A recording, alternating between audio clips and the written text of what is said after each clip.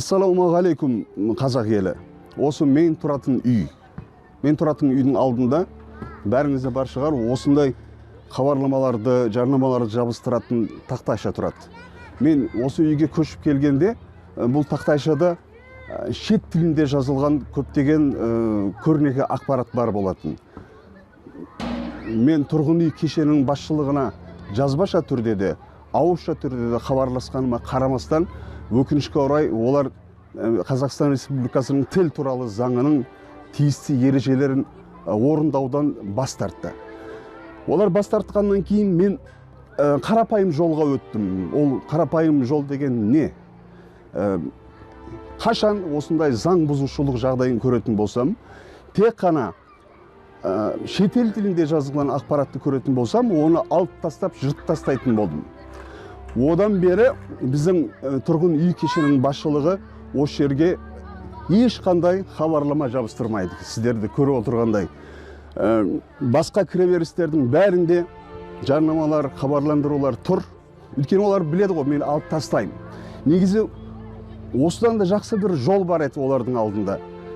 Тіл туралы заңның ережелерін орындап, мемлекеттік тілдегі нұсқасында жазуға болар еді.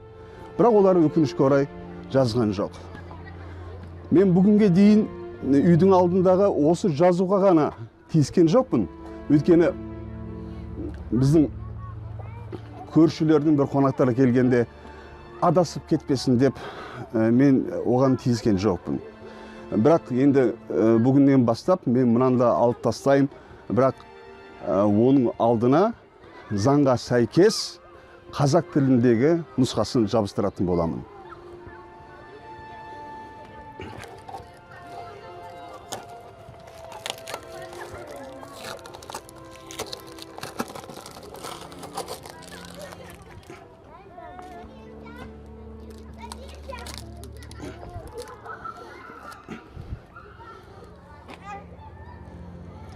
Құрметті достар, мен осы жазуды Тіл білімі институтының Ахмет Байтұрсынұлы атындағы Тіл білімі институтының нұсқасы бойынша және менің еңбектерімде қолданып жатқан нұсқа бойынша және 91 жылы қол қойылған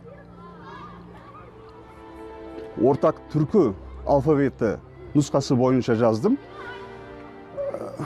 Үйдің басшылығы егер қаласа, бүгінгі қолданылып жатқан, бірақ ресми түрде бекітілмеген нұсқаға ауыстыруға болады.